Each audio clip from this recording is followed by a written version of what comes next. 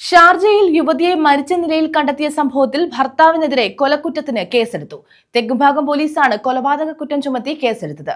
ഷാർജയിലും ഭർത്താവ് സതീഷിനെതിരെ കേസ് നൽകുമെന്ന് ബന്ധുക്കൾ പറഞ്ഞു. തേവലക്കര കോയിവിള സ്വദേശി അതുല്യ ശേഖറിനെയാണ് ഫ്ളാറ്റിൽ മരിച്ച നിലയിൽ കണ്ടെത്തിയത്. തേവലക്കര കോയിവിള മേലേജത്ത് ജംഗ്ഷൻ അതുല്യ ഭവനിൽ എസ് രാജശേഖരൻ പിള്ളയുടെ മകൾ ടി അതുല്യ ശേഖറിനെയാണ് കഴിഞ്ഞ ശനിയാഴ്ച പുലർച്ചെ വീടിനുള്ളിൽ തൂങ്ങി മരിച്ച നിലയിൽ കണ്ടെത്തിയത്.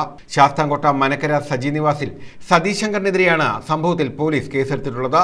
തെക്കുംഭാഗം പോലീസ് കൊലപാതക കുറ്റം ചുമത്തിയാണ് സതീഷിനെതിരെ കേസെടുത്തത്.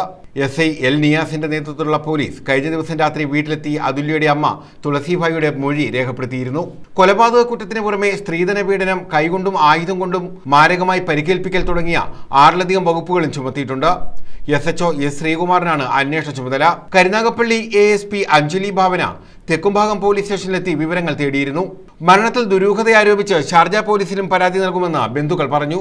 2014 ഇവരുടെ വിവാഹം. 43 പവൻ സ്വർണവും ബൈക്കും സ്ത്രീധനം വാങ്ങിയാണ് മകളെ വിവാഹം കഴിച്ചതെന്നും ശാരീരികമായും മാനസികമായും മകളെ പീഡിപ്പിച്ചിരുന്നെന്നും 19 പുലർച്ചെ ഫ്ളാറ്റിൽ വെച്ച് മകളെ കൊലപ്പെടുത്തിയെന്നുമാണ് അമ്മയുടെ മൊഴി. News bureau, Chavara.